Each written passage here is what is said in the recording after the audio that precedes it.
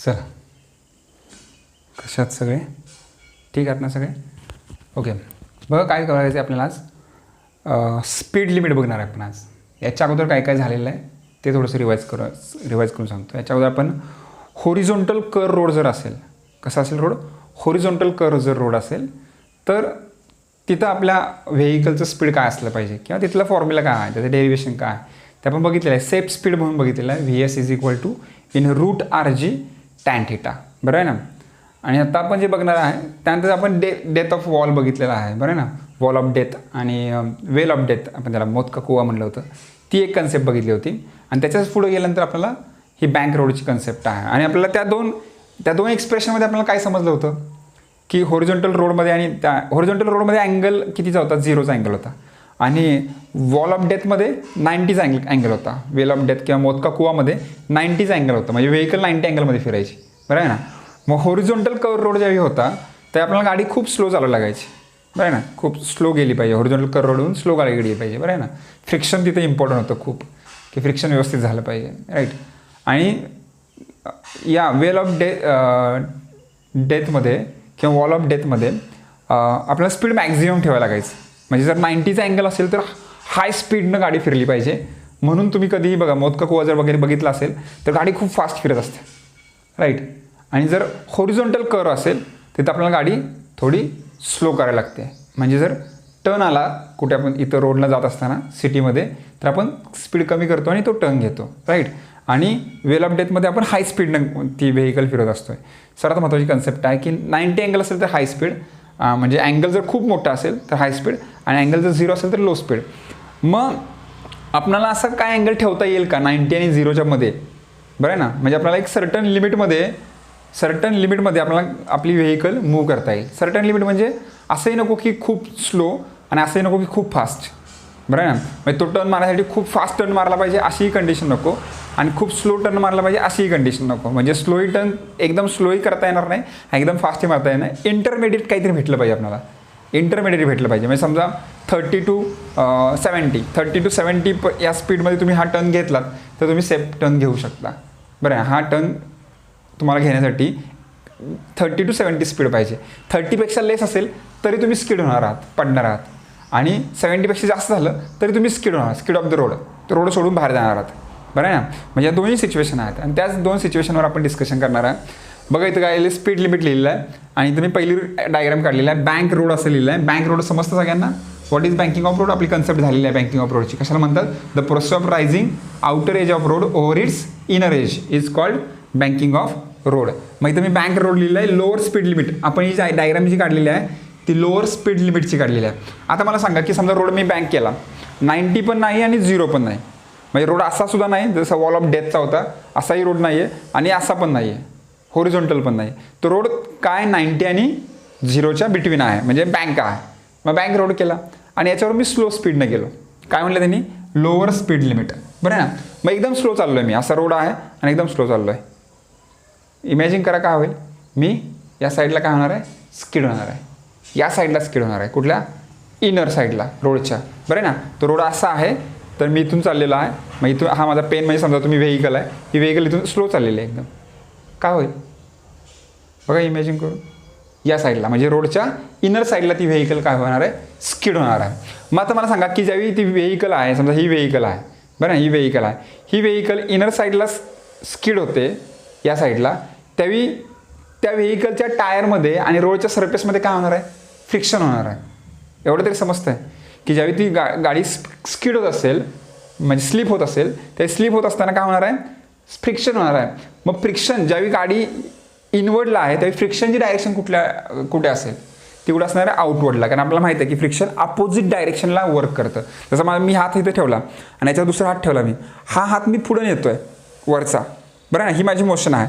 Friction कुठं होतं? या हातामध्ये आणि हातामध्ये, दोघांच्यामध्ये, बरं आहे ना. तर मी हात कॉन्स्टंट ठेवलेला आहे, असाच ठेवला आहे, स्थिर ठेवलेला आहे आणि हात असं ठेवला आणि मी हा हात पुढे सरकवतोय.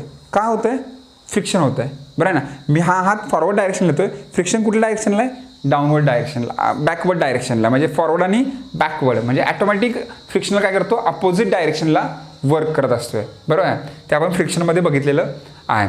तर इथं आपण काय बघतोय? लोअर स्पीड लिमिट बघतोय. डायग्राम कशा बघा, एक बँक रोड काढलेला आहे, अँगल थिटा दाखवला आहे आणि या थिटा अँगलला आपण काय म्हणतो, अँगल ऑफ बँकिंग असं म्हणतो. एक व्हेकल काढलेलं आहे मी आणि त्या व्हेकलचा इथं सेंटर दाखवलेलं आहे. त्या सेंटरमधून एक लाईन काढलेली आहे.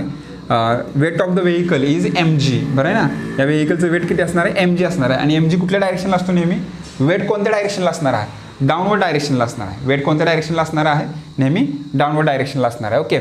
नॉर्मल रिॲक्शन कशी असते, नॉर्मल रिॲक्शन मी नेहमी तुम्हाला सांगितलं त्या व्हेकलच्या कुठं असते, हेडला असते, बरं ना. किंवा तो ड्रायव्हर जो असणार आहे त्या ड्रायव्हरच्या हेडला असणार आहे. काही तुम्ही इमॅजिन करा की ती normal reaction is always upward direction. मग नॉर्मल रिॲक्शन कुठं असणार आहे, अपवर्ड डायरेक्शनला. पण व्हेकल थोडीशी क्रॉस आहे, रोड आपला कसा आहे, 0 पण नाही आहे 90 पण नाही आहे, म्हणजे असं आहे. तर आपली नॉर्मल रिॲक्शन अशी असणार आहे. कळतं. जर रोड असा असतं तर नॉर्मल रिॲक्शन अशी वरती काढली असते आपण, आणि जर रोड असा असतं तर नॉर्मल रिॲक्शन अशी आपण काढलेली आहे. वेल ऑफ डेथमध्ये आपण नॉर्मल रिॲक्शन अशी होरिझॉन्टल काढलेली आहे. राईट. आपला रोड आता थोडासा क्रॉस आहे, त्यामुळं नॉर्मल रिॲक्शन पण थोडासा क्रॉस असणार आहे. बघा इथं नॉर्मल रिॲक्शन थोडासा क्रॉस काढलेला आहे. आणि normal reaction is perpendicular to the surface of road. जो रोडचा सर्फेस आहे त्याला ही नॉर्मल रिॲक्शन कशी आहे, परपॅन्डिक्युलर आहे. हे बघा ही नॉर्मल रिॲक्शन आहे आणि हा रोड आहे. ह्यांच्या दोघांमध्ये कितीचा अँगल तयार होतो आहे, 90चा अँगल तयार होतो आहे. ओके. दिसतं ना तुम्हाला, हा नॉर्मल रिॲक्शन आहे, हा आपला रोडचा सर्फेस आहे. ओके. तरी तुम्हाला 90चा अँगल मिळतो आहे, म्हणजे normal reaction perpendicular to the surface of road. Right. आता इथपर्यंत झालं. काय काय समजलं तुम्हाला. थिटा म्हणजे अँगल ऑफ बँकिंग आहे, वेट ऑफ व्हेकल काय आहे, mg आहे जी डाऊनवर्ड डायरेक्शनला आहे, नॉर्मल रिॲक्शन अपवर्ड आहे पण थोडीशी क्रॉस आहे, बरं आहे ना. आणि that normal reaction resolve into 2 component, n cos theta आणि n sin थिटा. आणि हा जो नॉर्मल रिॲक्शन आहे तो 2 कंपोनंटमध्ये आपण रिझॉल्व केला आहे. एक n cos थिटा आहे जो व्हर्टिकली अपवर्ड आहे, आणि एक n sin थिटा आहे जो होरिझॉन्टल कंपोनंट आहे. तर फ्रिक्शन मी तुम्हाला मगाशी आपलं डिस्कशन झालं की आता समजा मी इथं रोड काढला, समजा हा एक रोड आहे असा, इथं एक असा रोड काढला, तर रोडची इनर साईड इकडं आहे आणि ही कुठली त्याची आउटर साईड आहे. व्हेकल आपली कुठल्या स्पीडला आहे, लोअर स्पीडला आहे. मग व्हेकल कुठं स्किड होणार आहे, या साईडला, इनर साईडला. मग असं बघितलं इथनं स्लो चालले व्हेकल तरी इकडं स्किड होणार आहे. मग फ्रिक्शन कुठल्या डायरेक्शनला असणार आहे, आउटवर्ड डायरेक्शनला. मग फ्रिक्शन कुठल्या डायरेक्शनला आहे, या डायरेक्शनला फ्रिक्शन आहे. म्हणून मी इथं डायरेक्शन दाखवून इथं FS लिहिलेलं आहे. FS स्टॅटिक फ्रिक्शन, जे इन्क्लिनेशनवर आहे आणि अपवर्ड डायरेक्शनला आहे, बरं आहे ना. आणि मग परत आपण त्या FS can be resolve into 2 components, 2 कंपोनंटमध्ये रिझॉल्व केले, साइन थिटा आणि cos theta. Okay. Sine theta vertical upward component आहे आणि कॉस थिटा होरिझॉन्टल कंपोनंट आहे. ओके. एवढी इन्फॉर्मेशन तुम्हाला बस झाली. आता बघूया आपल्याला त्यांना सांगायचं काय, म्हणायचं काय आहे. व्यवस्थित तुम्हाला हा सगळा नोट तुम्हाला लिहिता यावी म्हणून थोडासा कॅमेरा मी झूम केलेला आहे. ओके. तर ते तुम्हाला लिहिता आलं पाहिजे, डायग्राम व्यवस्थित दिसली पाहिजे. ते बुकमध्ये आहेत सगळं, फक्त आपण थोडंसं पॉईंट वाईज लिहितो त्याच्यामुळे तुम्हाला सोपं जातं, बरं आहे ना. की पॉईंट वाईज तुमच्या लक्षात पण राहू शकतं, डेरिवेशन आधी तुम्ही लिहू शकता. राईट. ठीक आहे. बघू आता काय. Point number 1, above figure A and B, दोन्ही फिगरमध्ये A आणि B याच्यामध्ये लोअर स्पीड दिलं आहे, याच्यामध्ये अप्पर स्पीड पण बघणार आहे आपण. अगोदर लोअर स्पीड बघूया, ही कन्सेप्ट सगळी लोअर स्पीडची आहे, नंतर आपण अप्पर स्पीड बघूया. Okay. Above figure A and B show that vertical section of vehicle. काय घेतलेलं आहे त्यांनी, व्हर्टिकल सेक्शन घेतलेला आहे व्हेकलचा. व्हेकलला अशी उभी कट केलेली आहे. Vertical section of vehicle on a rough कर रोड. आणि हा जो रोड आहे तो कसा आहे, रफ आहे आणि कर रोड आहे. रफ कर road of radius R, bank and angle theta. Okay. ज्याचा रॅडियस, ज्या रोडचा रॅडियस R आहे आणि तो रोड आपण बँकडे केलेला आहे at angle theta. Okay. Next point बघू काय म्हणतात. हे समजलं ना तुम्हाला, एकदम सिम्पल कन्सेप्ट आहे की आपण दोन्ही फिगरमध्ये काय केलेलं आहे, vertical section of a vehicle घेतलेला आहे आणि त्या रोडला रफ केलेला आहे. रोड रफ आहे, त्या रोडची रॅडियस R आहे आणि थिटा म्हणजे काय, आपला अँगल ऑफ बँकिंग आहे, किंवा road is made bank at angle theta असं म्हटलं तरी चालेल. नेक्स्ट पॉईंट नंबर 2 बघा. If vehicle is running exactly at the speed VS is equal to RG tan theta, the forces acting on vehicle are. तर समजा तुमची vehicle exactly safe स्पीडनं चाललेली आहे, safe speed, exact safe speed. म्हणजे समजा तिथं बोर्ड लावलेला आहे, एक घाट सेक्शनमध्ये असा टर्न आहे, इथं बोर्ड लावलेला आहे 40 km/h. तुमचं स्पीड किती असलं पाहिजे, 40 km, एक्झॅक्ट स्पीड तेवढंच असलं पाहिजे, बरं ना. मग तेवढं एक्झॅक्ट स्पीड असेल त्यावेळेस कोणकोणते फोर्स त्या व्हेकलवर ॲक्ट होत असतात, तर त्यावेळी त्याच्यावर 2 फोर्स फक्त ॲक्ट होत असणार आहे. एक असणार आहे weight mg acting vertically downward. Okay. कुठला असणार आहे पहिला force, weight mg acting vertically downward, बरं आहे ना. म्हणजे mg जो वेट आहे ते कुठं आहे, व्हर्टिकली डाऊनवर्ड आहे. आणि दुसरा आहे नॉर्मल रिॲक्शन, जे व्हर्टिकली अपवर्ड आहे परंतु perpendicular to the road surface आहे. Normal reaction n acting perpendicular to the road. Okay. तर हे 2 फोर्स काय होतात, ॲक्ट होत असतात व्हेकलवर कधी Wien vehicle exactly at the speed, या स्पीडला व्हेकल असते त्यावेळी, म्हणजे सेफ स्पीड आहे ज्याला आपण काय म्हणले सेफ स्पीड, VS म्हणलं इथं, म्हणजे मोस्ट सेफ स्पीड असे आपण एक कन्सेप्ट घेतलेली आहे. त्याच्यामध्ये तुम्हाला माहीत झालेलं आहे की VS हा आपला मोस्ट सेफ स्पीड आहे. मग त्या स्पीडला 2 फोर्स त्याच्यावर ॲक्ट होत असतात. पुढे बघा, इन प्रॅक्टिकली जर बघायचं झालं, vehicle never travel exactly with this speed. जर प्रॅक्टिकली आपण बघायला गेलो तर व्हेकल कधीच एक्झॅक्टली त्या स्पीडनं जाऊ शकणार नाही. हा टर्न दिला, तिथं लिहिले 40 km/h, आपण कंटिन्युअस 40 km/h या स्पीडनं गाडी चालवू शकणार नाहीच आहे, पॉसिबल. ज्यांना गाडी येते त्यांना तो एक्सपिरियन्स आलेला असेल, ज्यांना बाईक चालवत येते, 4 व्हीलर चालवत येते, त्यांना तो एक्सपिरियन्स आलेला असेल की आपण ज्यावेळी टर्नला जातो तिथे लिहिलं असतं 40 km/h, पण आपली एक्झॅक्ट गाडी त्या स्पीडला नसते. एकतर आपली गाडी 50-60ला तरी असेल किंवा 30ला तरी असेल, म्हणजे आपण एक तर कमी स्पीडनं चालवतो किंवा कधीतरी जास्त स्पीडनं पण चालवतो, म्हणजे एक्झॅक्टली त्या स्पीडला राहणं शक्य नाही. म्हणून दिलेलं in practice vehicle never travel exactly with this speed for speed other than this. आणि जर स्पीड अदर दॅन धिस असेल, मग त्यांनी दिलं 40 km, या टर्नला 40 km/h गेलं पाहिजे. परंतु जर आपलं काय झालं, स्पीड कमी जास्त झालं, अदर दॅन धिस झालं, 40पेक्षा कमी झालं किंवा 40पेक्षा जास्त झालं, तर काय होणार आहे बघा, for speed other than this the component of force of static friction, the component of force of static friction between road and tyre help us up to a certain limit. आणि मग आपल्याला जर आता इथं सर्टन लिमिट पाहिजे असेल की आम्हाला 20 km/h चाललं तरी सुद्धा चालेल आणि 60 km/h चाललं तरी चालेल. तुम्ही बोर्ड लावलेला 40चा, पण आम्ही 40ला चालू शकत नाही, आम्ही 20ला पण चालू शकलं पाहिजे आणि 60ला पण चालू शकलो पाहिजे. म्हणजे आम्हाला एका सर्टन लिमिट द्या, त्या लिमिटच्या आतमध्ये आम्ही चालू, म्हणजे 20च्या खाली आम्ही जाणार नाही, इट्स ओके, आणि 60च्या वरती पण जाणार नाही, इट्स ओके. या दोन्ही सिच्युएशनला आम्ही ॲग्री आहोत. परंतु एका एक्झॅक्ट स्पीडनं जाणं आम्हाला पॉसिबल नाही आहे, तर आम्हाला 20 to 60 मध्ये जाता आलं पाहिजे. आणि जर आम्हाला 20 to 60 हा एक सर्टन लिमिट दिलं तर आम्ही काय करू शकतो, त्यासाठी आम्हाला कोणाची हेल्प होणार आहे, component of force of static friction, component of force of static friction याची हेल्प होणार आहे आपल्याला एका सर्टन लिमिटनं जाण्यासाठी. ओके, पॉईंट नंबर 4 बघा. ते for a speed V1 is less than RG tan θ. मग समजा आपण समजलं जे सेफ स्पीड आहे, जे सेफ स्पीड त्यांनी दिले 40 km/h दिलेलं आहे सेफ स्पीड, त्याच्यापेक्षा मी थोडंसं कमी स्पीडनं गेलो, म्हणजे 30 km/h गेलो तर काय होते बघूया, किंवा कसं सिच्युएशन होणार आहे. मग V is less than RG tan θ, मग mv² आपण R is less than n sin θ. साहजिक आहे की V जर लेस असेल तर mv² पण काय असणार आहे, लेस असणार आहे, बरं आहे ना. जर वेलोसिटी कमी झाली तर ॲटोमॅटिकली तुमचा सेंट्रिपेटल फोर्स सुद्धा काय होणार आहे, लेस होणार आहे. म्हणून इथं लिहिलं V is less than in root RG tan θ then mv² upon R is less than n sin θ. Okay, in this case, या केसमध्ये काय होणार, जे तुमचं स्पीड कमी असणार आहे अशा केसमध्ये काय होणार बघा, in this case the direction of force of static friction Fs between road and tyre is directed along a inclination of the road upward.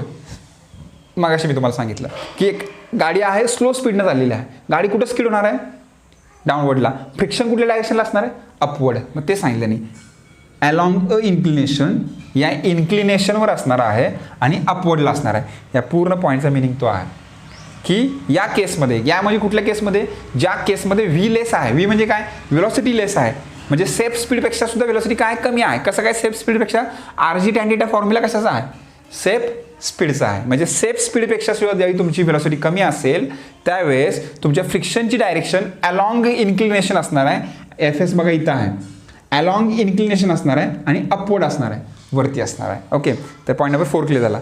Fine, its horizontal component is parallel and opposite to n sin θ. बघा Fsचा horizontal component काय आहे, Fs cos θ आहे हा, आणि n sin θ इकडे आहे, n sin θ इकडे आहे, बघा इथं n sin θ आहे, n sin θ डायरेक्शन कुठे आहे, इकडे आहे, आणि Fs cos θ या बाजूला आहे. समजतंय का, n sin θ या बाजूला, Fs cos θ या बाजूला आहे. म्हणजे या दोन्ही डायरेक्शन कशात अपोजिट आहेत, बरं आहे ना. मग इथे लिहिलं आहे opposite to n sin θ, parallel आणि अपोजिट, दोघे एकमेकाला कशात, पॅरलल आणि अपोजिट, पॅरलल आणि opposite. Okay, these two forces balance the centrifugal force. आणि हे जे दोन फोर्स आहेत हे काय बॅलन्स करत असणार आहेत, सेंट्रिफ्युगल फोर्स बॅलन्स करत असणार आहेत. ओके, नाव मग therefore mg is equal to, mg component कसा आहे, डाऊनवर्ड कंपोनंट आहे, मग downward component is equal to upward component असं आपण घेणार.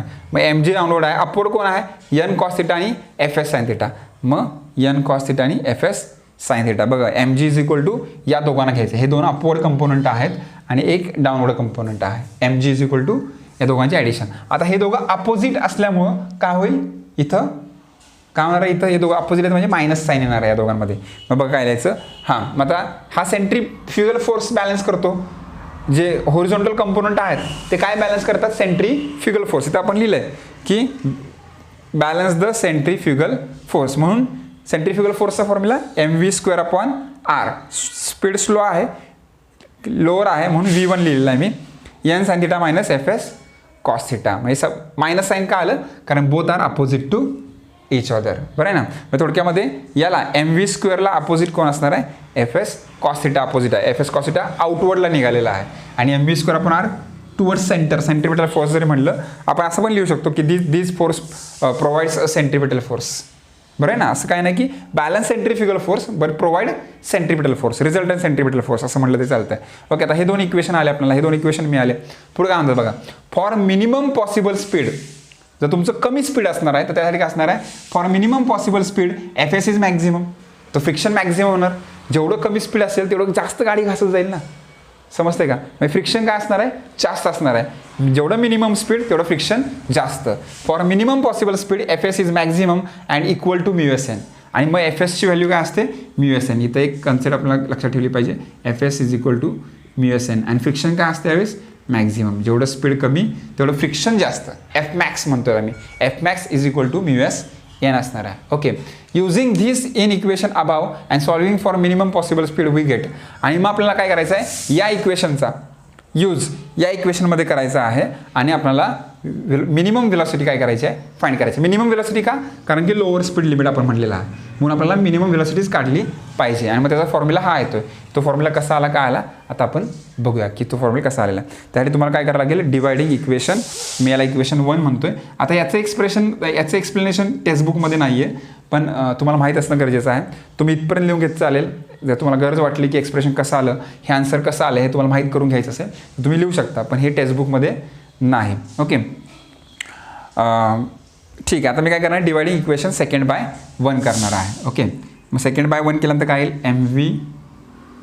mv1² upon mg is equal to n sin θ minus fs cos θ, n sin θ minus fs cos θ divided by fs sin θ n cos θ.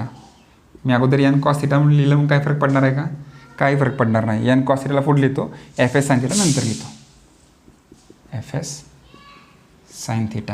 Now dividing by n cos θ. आपण n cos θ काय करणार आहे, या RHSला divide करणार आहे, दोघांना पण, न्यूमरेटर डिनॉमिनेटर दोघांना पण. इथं m ला m काय होईल, कॅन्सल. इथे येणार आहे v1² अपॉन rg. हा r आणि g एकत्र येतील, rg ते कॅल्क्युलेशन तुम्ही करू शकता. mm गेट कॅन्सल झालं. n cos θ डिवाइड केल्यानंतर काय मिळणार आहे बघा, n sin θ ला n cos θ डिवाइड केलं तर n ला n काय होईल, कॅन्सल. आणि साइन अपॉन कॉस काय येणार आहे, tan θ. म्हणजे इथं tan θ येणार आहे minus fs cos θ upon n cos θ. मग cos θ ला cos θ कॅन्सल, डिवाइड काय येणार आहे, fs अपॉन n. आता ॲक्च्युअली मिनिमम स्पीड आहे, v1 म्हणलेलं आहे आपण. मग इथं fsच्या ऐवजी आपण काय लिहायला पाहिजे, f max लिहिलं पाहिजे. काय लिहिलं पाहिजे, f max लिहिलं पाहिजे, कारण की मॅक्झिमम फ्रिक्शन असतं मिनिमम स्पीडला, अशी आपल्याला कन्सेप्ट माहीत आहे.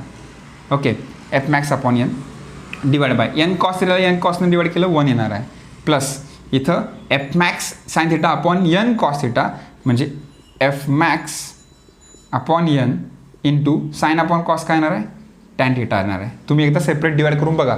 कशाने डिवाइड करायचं आहे, n cos θ नं. कशाने डिवाइड करायचं आहे, n cos θ dividing RHS to the n cos θ. n cos θ ने डिवाइड करा सगळ्यांना आणि आन्सर हे येते का बघा. ओके, नंतर f max अपॉन n आलं. मग हा जर n मी इकडे घेतला तर f max अपॉन n येईल आणि त्याचा आन्सर काय येईल, μs. म्हणजे f max अपॉन n ची व्हॅल्यू मी काय पुट करणार आहे, μs पुट करणार आहे.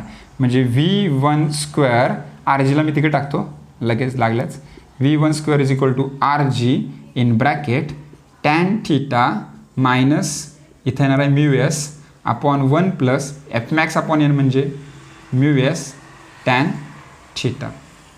आणि हाच फॉर्म्युला इथं आला आहे का बघा, यस, इथं हा तोच फॉर्म्युला आलेला आहे, फक्त रूट आले. का रूट आले, कारण की v1² आहे आणि v1² ऐवजी आपल्याला स्क्वेअर रूट घ्यावं लागेल, म्हणजे v1 येईल. आणि मग स्क्वेअर रूट घेतलं तर इकडे पण आपल्याला स्क्वेअर रूट टाकावं लागणार आहे. आणि हाच फॉर्म्युला आपल्याला इथं दिसतोय, मिनिमम व्हेलॉसिटी. v1 म्हणजे काय आहे, मिनिमम व्हेलॉसिटी आहे. तर मिनिमम व्हेलॉसिटीचा फॉर्म्युला तुम्हाला कसा आला, कुठून आला, बरं आहे ना, ते तुम्हाला इथं सांगितलं मी. आता पुढे हा एक छोटंसं स्टेटमेंट आहे, तेही समजावून घ्या. काय म्हणतात, for mu s is greater than tan theta. Mu s जर काय असेल ग्रेटर दॅन और इक्वल टू टॅन थिटा असेल तर काय होईल बघा. इमॅजिन करून की म्यू एसची व्हॅल्यू जर टॅन थिटा झाली, इज इक्वल टू पण म्हणले ना आपण, इज इक्वल टूच घेऊन बघू. Mu s is equal to tan theta झालं तर इथं म्यू एसची व्हॅल्यू काय येईल, टॅन थिटा येईल.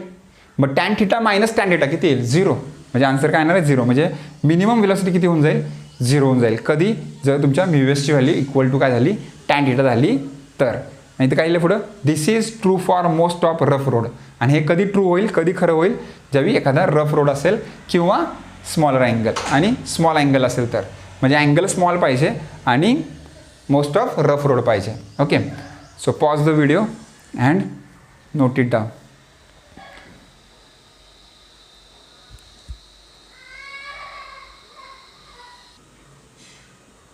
ओके, बघा आता आपण सेकंड कंडिशन बघणार आहे. मी फर्स्ट कंडिशन अशीच ठेवलेली आहे, पण तुम्हाला समजावून घ्यावं लागेल. मी फक्त एक्सप्लेन करणार आहे. याच्यावर नोट, सेकंड कंडिशनवर नोट जे आहे तुम्हाला स्वतःलाच काढायचे आहे. मी फक्त तुम्हाला थोडी हेल्प करणार आहे.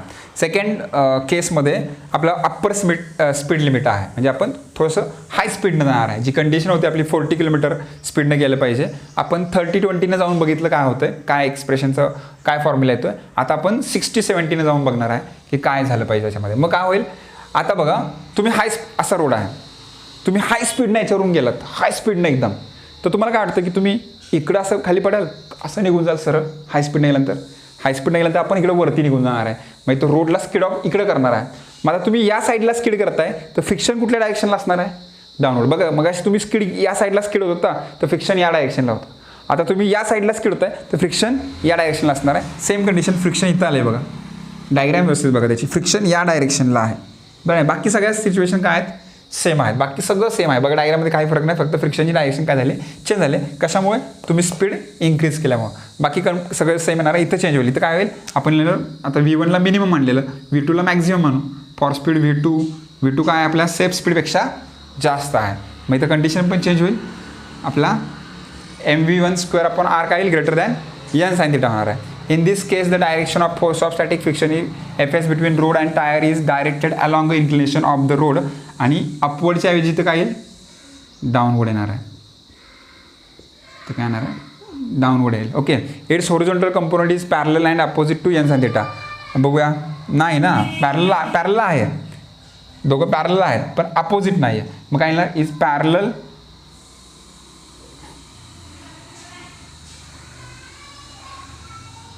फक्त एवढंच लिहा तुम्ही. ओके, अँड पण नाही, एवढंच लिहू आपण. Its horizontal component is parallel to n sin θ. दोघं पॅरलल आहेत, त्यांची सेम डायरेक्शन लिहू शकता. अँड सेम डायरेक्शन लिहू शकता. And same direction. Okay, to n sin θ. These two forces balance the centrifugal force. Okay, लिहिलं आपण. पुढं काय लिहिणार, mgला कोण बॅलन्स करतंय, mg बघा, mg डाऊनवर्डला आहे, Fs sin θ पण डाऊनवर्डला आहे.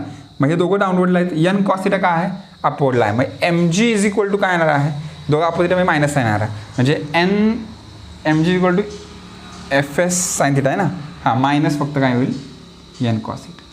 राईट. आता इथं या दोघांची डायरेक्शन कुठं आहे, सेंटर ऑफ मोशनकडे आहे. दोघांची डायरेक्शन सेंटर ऑफ मोशनकडे आहे, म्हणजे इथं काय येणार आहे, प्लस येणार आहे. हे दोन इक्वेशन तुम्हाला मिळतील. आणि हे दोन इक्वेशन मिळाल्यानंतर तुम्हाला काय करायचं आहे,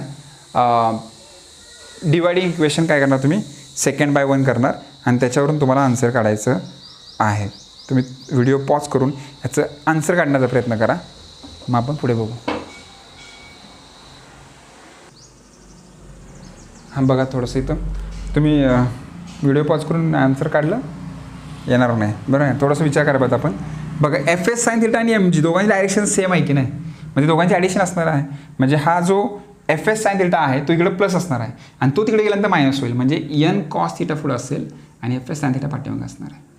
काय असणार आहे, n cos θ minus Fs sin θ. का समजलं का, Fs sin θ पाठीमागे काय, कारण की हा मायनस इकडे आल्यानंतर काय होईल, प्लस होईल.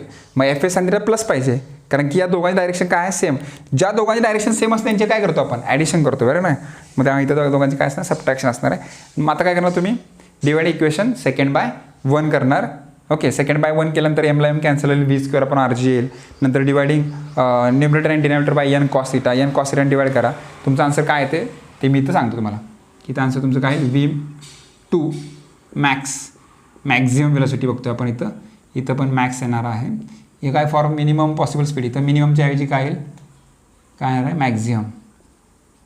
Maximum possible speed f s is काय होईल आता मिनिमम होईल, minimum and equal to mu s n. बरोबर आहे. हे तर ह्याच्यामध्ये काय युझिंग दिस इक्वेशन मिनिममच्या ऐवजी maximum possible speed we get v max r g is equal to, हा तर आन्सर काढू आपण मग लिहू. ओके. डिवायडिंग केलं काय ते V² अपॉन आर जी. आता मी जास्त काय तुम्हाला करून दाखवत नाही, डायरेक्ट लिहितो आहे. हां, हे डिवाइड केल्यानंतर एमला एम कॅन्सल होईल, V² अपॉन आर जी. इकडे एन कॉस थिटानं सगळ्याला डिवाइड करायचं आहे. मग एन कॉस थिटानं एन साइन थिटाला डिवाइड केलं तर काय येईल टॅन थिटा. इथे येणार आहे tan theta plus N divide केलं तर कॉसला cos cancel, F S upon N येईल, एफ मीन अपॉन एन येणार आहे. ओके. Divided by. ओके. नंतर याला डिवाइड करायचं आहे, एन कॉस थिटाला एन कॉस थिटानं डिवाइड केलं 1 येणार आहे, 1 minus F mean upon N. हे काय F mean upon N upon sine theta upon cos theta tan theta. आणि एफ मीन अपॉन एन काय असतो म्यू एस, म्हणजे V² is equal to R G इकडे घेतला आपण, आणि इथे येणार आहे tan theta plus mu S upon 1 minus mu S tan theta.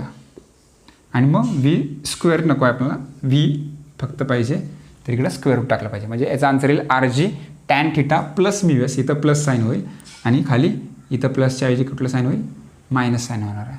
Okay. आणि मग सिच्युएशन इथं पर्यंत की म्यू एस काय असेल तुमचा इज इक्वल टू 0 असेल, मायनस टॅन थिटा करायला लागेल बहुतेक. ठीक आहे, बघू आपण नंतर. सुरुवातीला तुम्ही काय करा, व्हिडिओ पॉज करून जर तुम्हाला हे नोट करायचे असेल सेकंड तर तुम्ही करू शकता. एवढा चेंज फक्त तुम्हाला करायचा होता. ओके. लिहिला असेल. ठीक आहे. मग तुम्हाला आता व्यवस्थित समजलं असेल कदाचित मला काय बोलायचं आहे, की आपण स्पीड लिमिट बघितलं, लोअर लिमिट आणि अप्पर लिमिट. आणि याच्यामध्ये अजून काही कन्सेप्ट आहे छोटी छोटी लिहिलं त्यांनी इथं, की समजा mu s is equal to cot theta असेल तर व्ही मॅक्सची व्हॅल्यू किती असणार आहे, तर ती इन्फायनाईट असणार आहे. बरं आहे ना. ते व्हॅल्यू तुम्ही तिथे टाकून चेक करून बघू शकता. बरं आहे ना, की इन्फायनाईट कशी काय येते, काय होतं. म्यू एसची व्हॅल्यू 0 असेल तर काय होईल. बरं आहे ना. म्यू एसची व्हॅल्यू 0 असेल तरीसुद्धा काय होणार आहे, इन्फायनाईटच काय होणार आहे, स्पीड येणार आहे. बरोबर आहे. मग त्या कन्सेप्ट ज्या आहेत ते छोटे छोटे MCQसाठी येऊ शकतं. तर तुम्ही त्याची जी PDF आहे ती PDF व्यवस्थित रीड करा आणि छोटे छोटे पॉईंट्ससुद्धा सोडू नका. ओके. आता आपण बघणार जे आहे ते काय बघणार आहे, कोनिकल पेंड्युलम बघणार आहे. ओके. Conical pendulum. मग तुम्हाला पेंड्युलम म्हणजे काय हे माहीत असणं गरजेचं आहे. पेंड्युलम म्हणजे काय, when a string is attached to a rigid support, one end of the string is attached to the rigid support and other end is attached to the bob म्हणतो आपण त्याला, किंवा स्पियर म्हणा तुम्ही, किंवा पॉईंट मास असं पण म्हणू शकता. बरं ना. The string has a quality of the string has a inextensible, weightless, rigid. बरं ना. असं भरपूर क्वालिटी त्या स्ट्रिंगमध्ये असल्या पाहिजेत. बरं ना. याला आपण पेंड्युलम म्हटलं होतं. आपल्याला बघायचं तो कोनिकल पेंड्युलम आहे. ॲक्च्युअलमध्ये 2 पेंड्युलम, एक सिम्पल पेंड्युलम असतो. सिम्पल पेंड्युलममध्ये ऑसिलेशन होतं. बरं ना. आपला जो कोनिकल पेंड्युलम आहे तो आपण काय करणार आहे, असं पेंड्युलम एक स्ट्रिंग आहे त्याला असं पकडलेलं, समजा खाली बॉब लावलेला आहे, त्याला आपण हॉरिझॉन्टल सर्कलमध्ये काय करणार आहे, मूव्ह करणार आहे. आणि मग या कंडिशनला त्याचा टाईम पिरियड किती असतो, त्याची फ्रिक्वेन्सी किती असते, त्याची व्हेलॉसिटी किती असते, त्याची अँग्युलर व्हेलॉसिटी किती असते, या सगळ्या टर्म आपण काय करणार आहे, फाइंड करणार आहे. ओके. तर त्यात आपण बघूया. पहिल्यांदा डायग्राम ड्रॉ करतो. चलो, काय बघायचं आपल्याला, कोनिकल पेंड्युलम बघणार आहे आपण. राईट. तर मग मी बोललो होतो कोनिकल पेंड्युलमच्या अगोदर तुम्हाला पेंड्युलमची कन्सेप्ट माहीत पाहिजे. What is pendulum. पेंड्युलम म्हणजे काय आहे, एक स्ट्रिंग असणार, एक स्ट्रिंग असणार आहे, दोरा असणार आहे. त्या दोऱ्याच्या लोअर एंडला आपण एक बॉब लावणार आहे, किंवा पॉईंट मास म्हटलं तर चालेल, पॉईंट मास लावणार आहे. आणि जे अदर एंड आहे त्या स्ट्रिंगचा तो एका रिजिड सपोर्टला असणार आहे. म्हणजे एक रिजिड सपोर्ट आहे, त्याला आपण स्ट्रिंग लावलेली आहे आणि त्या स्ट्रिंगला खाली एक बॉब लावलेला आहे. आणि त्या बॉबला काय करणार आहे आपण, एका हॉरिझॉन्टल सर्कलमध्ये फिरवणार आहे. त्यावेळी तो कोनिकल पेंड्युलम होईल. आणि ज्यावेळी तो ऑसिलेशन करत असेल त्यावेळी सिम्पल पेंड्युलम असणार आहे. आणि ज्यावेळी फक्त असा ठेवला जाईल त्यावेळी तो पेंड्युलम फक्त असणार आहे. समजते. 3 कन्सेप्ट तुम्हाला समजा. आणि त्या स्ट्रिंगमध्ये असणारी क्वालिटी पण तुमच्या लक्षात राहिली पाहिजे. ती स्ट्रिंग इनएक्सटेन्सिबल असली पाहिजे, मासलेस असली पाहिजे. इनएक्सटेन्सिबल, मासलेस, नंतर इलॅस्टिक नको आहे, इनइलॅस्टिक असली पाहिजे, बरं आहे ना. तर या 2-3 क्वालिटी तरी तुमच्या लक्षामध्ये राहिल्या पाहिजेत. सिधी डायग्राम बघा, एक रिजिड सपोर्ट काढला मी वरती, एक रिजिड सपोर्ट आहे, फळी लावलेली आहे, समजा एक रिजिड सपोर्ट आहे, त्या रिजिड सपोर्टला आपण एक स्ट्रिंग लावलेली आहे आणि त्या स्ट्रिंगला नंतर आपण काय केलं आहे, त्याला बॉब अटॅच केला आणि त्याला हॉरिझॉन्टल सर्कलमध्ये फिरलेला आहे. पण आपण जो स्टडी करणार आहे तो एका पॉईंटचा करणार आहे, जो इथं आहे, या पोझिशनचा आपण काय करायचं आहे, स्टडी करणार आहोत, बरं ना. मग या पोझिशनला ज्यावेळी तो बॉब असेल त्यावेळेस कोणकोणते फोर्स त्याच्यावर ॲक्ट होत असणार आहेत ते आपल्याला बघायचं आहे. बघूया आपण हळूहळू बघणार आहे. पॉईंट नंबर 1 त्याची डेफिनेशन दिलेली आहे, व्हॉट इज कोनिकल पेंड्युलम. इथं बघू शकता तुम्ही कोनिकल पेंड्युलम कशाला म्हणायचं आहे. काय when we revolve the string such a way that, आपल्याला काय करायचं आहे, रिव्हॉल्व स्ट्रिंग सच अ वे, आपल्याला त्या स्ट्रिंगला काय करायचं आहे, रिव्हॉल्व करायचं आहे. कसं करायचं आहे, string moves along a surface of right circular cone of vertical axis. हा जो व्हर्टिकल ॲक्सिस आहे याच्या साईडला जो काय कोन तयार झालेला आहे, तर तुम्ही व्यवस्थित बघू शकता तुम्ही, बरं ना. हा आपला व्हर्टिकल ॲक्सिस आहे आणि इथं असा एक कोन तयार झाला आहे. मग आपला जो बॉब आहे तो या कोनवरून काय झाला पाहिजे, मूव्ह झाला पाहिजे. Okay, along the surface of right circular cone of vertical axis and point object म्हणजे bob, point object performs a uniform horizontal circular motion. Uniform horizontal circular motion perform झाली पाहिजे. In such a case system is called conical pendulum, आणि या सिस्टीमला काय म्हटलं जातं, conical pendulum म्हटलं जातं. ओके, तर कोनिकल पेंड्युलमची डेफिनेशन आहे ती व्यवस्थित करा, MCQमध्ये कुठंतरी किंवा डिफाईनमध्ये कुठंतरी येऊ शकते. Next, consider a Bob of mass M and string of length L. या बॉबचं इथं असणारा जो बॉब आहे त्या बॉबचं मास M आहे आणि या स्ट्रिंगची लेंथ जी आहे ती इथे तुम्हाला L दाखवलेली आहे. स्ट्रिंगची लेंथ L आहे, याची रेडियस किती आहे, R आहे. ओके, हे पण ते लिहायला पाहिजे, the radius of the horizontal circle is R. Okay, तुम्ही लिहू शकता, त्याच्यामध्ये इन्क्लूड करू शकता. Third point, in given position B, आपल्याला ही B पोझिशन दिलेली आहे, त्या B पोझिशनला the forces acting on bob are. मग या बॉबवर कोणकोणते फोर्स ॲक्ट होत असणार आहेत. मला सांगा, हा बॉब डाऊनवर्डला चालला आहे का, नाही चाललेला. बघा ना, एका स्ट्रिंगला एक स्ट्रिंग आहे, हा बॉब आहे, बरं ना. मग हा बॉब डाऊनवर्डला जातो की अपवर्डला, कुठे जातो का, नाही, इथंच थांबतो. म्हणजे ती स्ट्रिंग जिथपर्यंत आहे इथपर्यंत जातो, तो स्टॉप होणार आहे. मग तो बॉब डाऊनवर्डला पण जात नाही, अपवर्डला पण जात नाही, म्हणजे कुठले तरी 2 फोर्स ते काय करत असतील, बॅलन्स करत. म्हणजे जोपर्यंत इक्वल आणि अपोजिट फोर्स लागत नाही तोपर्यंत ती वस्तू कशी राहणार आहे, रेस्टमध्ये राहणार आहे. ज्यावेळी इक्वल आणि अपोजिट फोर्स लागतो त्यावेळी ती वस्तू कशी असते, रेस्टमध्ये असते. जसं इथं आहे, इक्वल आणि अपोजिट फोर्स आहे की मी या हाताने इकडे ढकलतोय, या हाताने इकडे ढकलतोय, इक्वल आणि अपोजिट, म्हणजे त्याची मॅग्निट्यूड काय आहे, इक्वल आहे, आणि डायरेक्शन कशी आहे, अपोजिट आहे. म्हणजे इथं पण तसं काहीतरी असणार आहे की इक्वल आणि अपोजिट फोर्स असणार आहे. त्याच्यामुळे तो बॉब जर समजा खालचा फोर्स म्हणजे डाऊनवर्ड फोर्स जास्त झाला तर बॉब खाली जाईल आणि खाली पडेल, आणि जर अपवर्ड फोर्स झाला तर तो बॉब वरती जाईल. मग तो बॉब वरती पण जात नाही, खाली पण जात नाही, याचा अर्थ इक्वल आणि अपोजिट फोर्स असला पाहिजे. आणि तेच 2 फोर्स आपल्याला स्टडी करायचा आहे. मग तुम्हाला वाटतं की हा बॉब का जात नाही, खाली का जात नाही किंवा वरती का जात नाही, खाली जाण्यासाठी कुठला फोर्स लागेल, तर mg. डाऊनवर्डला घेऊन जाणारा फोर्स कुठला, वेट ऑफ द बॉब, त्या बॉबचं वेट असणार आहे. म्हणजे समजा ही स्ट्रिंग आहे, बरं, इथं बॉब लावलेला आहे, तर मी स्ट्रिंग इथं कट केली तर तो बॉब कुठे जाणार आहे, खाली जाणार आहे. मग कट केली म्हणजे स्ट्रिंग कट केली म्हणजे स्ट्रिंगमध्ये दुसरा फोर्स आहे. मग स्ट्रिंगमध्ये असं कुठलं फोर्स आहे ज्यानं त्या बॉबला पकडून ठेवलं होतं, तो असणार आहे टेन्शन. म्हणजे आपल्याला 2 फोर्स आहेत, टेन्शन इन द स्ट्रिंग आणि weight of the bob. Weight of the बॉबची डायरेक्शन डाऊनवर्ड, टेन्शनची डायरेक्शन अपवर्ड. इथं दिलेलं आहे बघा, weight mg acting vertically downward आणि force T0 due to tension. तुम्ही डायरेक्ट त्याला टेन्शन म्हटलं ते चालतं. Due to tension in the string directed along string towards support. Directed along स्ट्रिंगवर आहे आणि टुवर्ड्स सपोर्ट आहे, सपोर्टच्या डायरेक्शनला चाललेला आहे तो फोर्स, बरं आहे ना. त्याची डायरेक्शन पण दिलेलं आहे. Point number 4, as the motion of the Bob is horizontal circular motion. या बॉबची मोशन कशी आहे, हॉरिझॉन्टल सर्कल आहे, बरं आहे ना. हॉरिझॉन्टल सर्कल आहे, बॉबची मोशन कशी आहे, हॉरिझॉन्टल सर्कल आहे. मग हॉरिझॉन्टल सर्कल असेल the resultant force must be horizontal. तर आपला जो रिझल्टंट फोर्स असणार आहे तो पण हॉरिझॉन्टल असणार आहे, बरं आहे ना. Must be horizontal and directed towards the centre. आणि तो कुठं डायरेक्शन असणार त्याची, टुवर्ड्स सेंटरला असणार आहे. म्हणजे आपला रिझल्टंट फोर्स आहे त्याची डायरेक्शन कुठं असणार आहे, टुवर्ड्स सेंटर असणार आहे. Okay, for this all vertical forces are cancel. आणि जर हॉरिझॉन्टल आपण मोशन घेतोय तर व्हर्टिकल फोर्सचं काय काम आहे, मग आपण व्हर्टिकल फोर्सला काय करून टाकणार आहे, कॅन्सल करून टाकणार आहे. Vertical forces are cancel. Hence we should resolve the force in T0 into. Okay, आपण टेन्शनला काय करणार आहे, रिझॉल्व्ह करणार आहे. म्हणजे टी नॉटला फोर्स टी नॉट म्हणतात ते, फोर्स टी नॉट म्हणा किंवा टेन्शन टी नॉट असं म्हटलं तरी चालेल, की टेन्शन टी नॉटला आपण रिझॉल्व्ह करणार आहे. टेन्शन टी नॉट बघा कसा आहे, असा क्रॉस आहे. आणि याच्या अगोदर पण बघा आपण जे अँगल ऑफ बँकिंग बघितलं होतं बरोबर आहे ना, त्याच्यामध्ये नॉर्मल रिॲक्शन जी होती, तर आपण गाडी काढली होती, नॉर्मल रिॲक्शन जी होती तिला पण आपण काय केलं होतं, रिझॉल्व्ह केलं होतं 2 कंपोनंटमध्ये, असं या टाईपमध्ये. कळतं आहे? सेम आपल्याला इथं काय करायचं आहे, टेन्शनला 2 कंपोनंटमध्ये काय करायचं आहे, रिझॉल्व्ह करायचं आहे. कुठल्या टी नॉट कॉस थिटा आणि टी नॉट साइन थिटा. बघा इथे लिहिलं मी, टी नॉट कॉस थिटा आणि टी नॉट साइन थिटा. दिसते तुम्हाला, T not sine theta horizontal आहे, T not cos theta vertical आहे. व्हर्टिकल म्हणजे उभा असा. T not cos theta vertical component आहे आणि T not sine theta horizontal component आहे. मग 2 कंपोनंट लिहिले, horizontal component, vertical component. The vertical component T not cos theta balance the m g. बघा टी नॉट कॉस थिटाला कोणी balance केलेला आहे, M G नाही. या दोघांनी एकमेकाला बॅलन्स केलेला आहे, म्हणून तो बॉब खाली जात नाही, वरती जात नाही. त्याचं रिझनच ते आहे की हे दोघं एकमेकाला बॅलन्स केलेला आहे, म्हणून आपण लिहिलं इथे लिहिलं बघा, T not cos theta is equal to M G केलेला आहे. नंतर the horizontal component T not sine theta become centripetal force. बघा T not sine theta moving towards centre आहे, म्हणजे कुठला फोर्स असणार आहे, सेंट्रिपिटल फोर्स असणार आहे. मग t not sine theta is equal to M R omega square. 2 formula आहेत बरोबर आहे ना.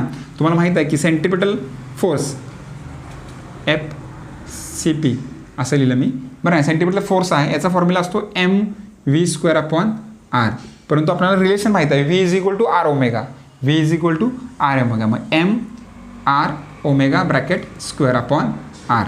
मग एम व्हीचा फॉर्म्युला आहे R omega, relation between linear velocity and angular velocity. V is equal to R omega. मग याचा स्क्वेअर करावं लागेल, आरचा स्क्वेअर आर स्क्वेअर येईल, ओमेगाचा स्क्वेअर ओमेगा स्क्वेअर येईल, खाली आर आहे, या आरला याच्यातला एक आर काय होईल, कॅन्सल होईल. आणि मग फॉर्म्युला काय येईल, एम आर ओमेगा स्क्वेअर. म्हणजे सेंट्रिपिटल फोर्सचा formula M R omega square सुद्धा आहे, M V square upon R सुद्धा आहे. अजून एक फॉर्म्युला आहे जो तुम्हाला दिला होता मी, म्हणजे हे तिन्ही फॉर्म्युले तुम्हाला दिले आहेत. एम व्ही ओमेगा असा एक फॉर्म्युला दिला होता, तर हे तिन्ही फॉर्म्युले मी तुम्हाला ऑलरेडी सेंट्रिफ्युगलच्या कन्सेप्टमध्ये दिलेला आहे. ओके, तर आपला फॉर्म्युला काय आला सेंट्रिपिटल फोर्सचा, एम आर ओमेगा स्क्वेअर. नाव डिवायडिंग सेकंड बाय 1, सेकंडला 1 आपण डिवाइड करणार. मग काय येईल, T not sine theta divided by T not cos theta is equal to M R omega square upon M G. आता काय कॅन्सल होतं, टी नॉट कॅन्सल होईल, एमला एम कॅन्सल होईल बरं आहे ना. मग आता काय राहिलं बघूया आपण. पहिल्यांदा जे राहिलं ते लिहितो मी, sine theta upon cos theta is equal to R omega square R omega square upon G. मला याच्यावरून ओमेगाची व्हॅल्यू काढायची आहे, तर omega square is equal to G sine theta होईल, जी साइन थिटा अपॉन हा आर इकडे येईल, आर कॉस थिटा होईल, आर कॉस थिटा बरोबर आहे. आता जर मी इथं बघितलं तर हा एक राईट अँगल ट्रायंगल आहे, हा एक राईट अँगल ट्रायंगल डायग्राममध्ये बघा, हा एक राईट अँगल ट्रायंगल आहे.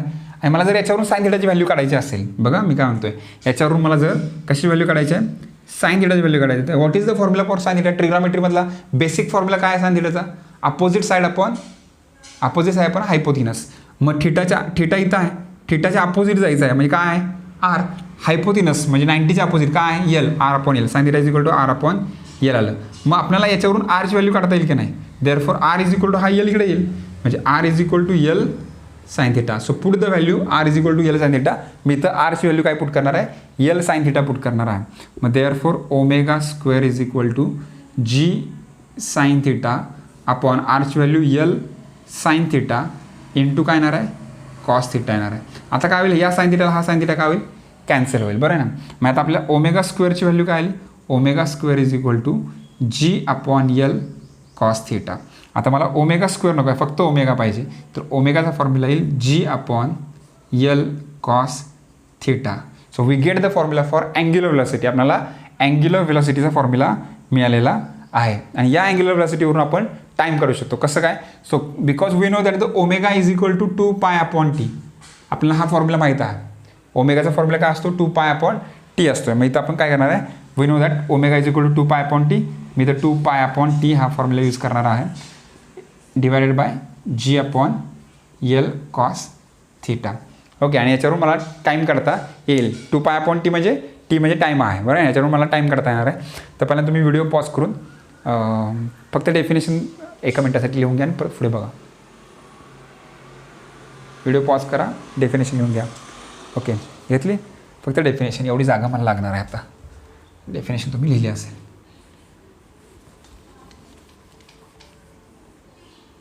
ओके, चला आता काय 2π/t आलेला आहे. मला टीची व्हॅल्यू काढायची आहे. मग मी काय करणार आहे, या टीला इकडे राईट साईडला घेऊन जातोय आणि ह्या रूटला इकडे घेऊन येणार आहे. म्हणजे काय होईल, T is equal to T डिनॅमिटरला होता तो न्युमरेटरला गेला, हा न्युमरेटरला आहे तो कुठे येईल, डिनॅमिटरला. म्हणजे 2π आणि डिनॅमिटरला येणार म्हणजे उलटा होईल. आता एल कॉस थिटावरती येईल, जी खाली जाईल, l cos theta upon g. So we get the formula for time. हा तुमचा टाईमचा फॉर्म्युला. आता आपल्याला फ्रिक्वेन्सी काढायची आहे. मग एन म्हणजे फ्रिक्वेन्सी, एनचा formula reciprocal of time. Frequency is equal to reciprocal of time, बरं आहे ना. म्हणजे याचा उलटा फॉर्म्युला असणार थोडक्यात. मग एन इज इक्वल टू काय येईल, हा फॉर्म्युला आपण उलटा करणार आहे. म्हणजे 1/2π होईल. इथं 2π/1 असणार ना, काहीच नसणार आहे. म्हणजे उलटं झाल्यानंतर 1/2π, बरं आहे. आणि नंतर याला अपोजिट करणार आहे आपण. याला उलटं केल्यानंतर जी वरती जाईल, G upon L cos theta. So we get the formula for frequency. This is the formula for frequency. तर आपण टाईमचा फॉर्म्युला काढला, फ्रिक्वेन्सीचा काढला आणि अँग्युलर व्हेलॉसिटी पण काढलेली आहे. Angular velocity of conical pendulum, time period of conical pendulum and frequency of conical pendulum. Okay, तर एवढे सगळे फॉर्म्युले आहेत. हे तुम्ही लिहून घ्या एक्सप्रेशन. याच्या पुढं काय आहे बघूया आपण. पुढं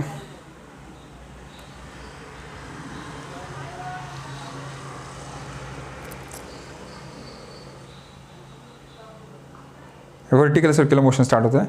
ठीक आहे, मग नेक्स्ट टाईम आपण व्हर्टिकल सर्क्युलर मोशन संपवण्याचा प्रयत्न करूया. व्हर्टिकल सर्क्युलर मोशन संपला की मग आपला हा टॉपिक संपतो. म्हणजे पुढचं लास्ट लेक्चर असणार आहे. थेरॅटिकली लास्ट लेक्चर असणार. थेअरीचा जो पार्ट आहे ते आपला पुढचं वेळी लास्ट लेक्चर असणार आहे. आणि ते थेअरी झाल्यानंतर मग आपण एक्सरसाइजकडे जाणार आहे. एक्सरसाइजमध्ये असणारे जे क्वेश्चन्स आहेत त्याचे आन्सर कसे लिहायचे, काय करायचे, आणि प्रॉब्लेम्स एक्सरसाइजमधले असणारे किंवा याच्यामध्ये असणारे जे ब्रेन पॉवरचे क्वेश्चन्स आहेत ते सगळे क्वेश्चन आपण नेक्स्ट लेक्चर, म्हणजे अजून 2-3 लेक्चर अजून हा चालेल, बरं आहे. ठीक आहे, तोपर्यंत हे लिहा आणि बाय.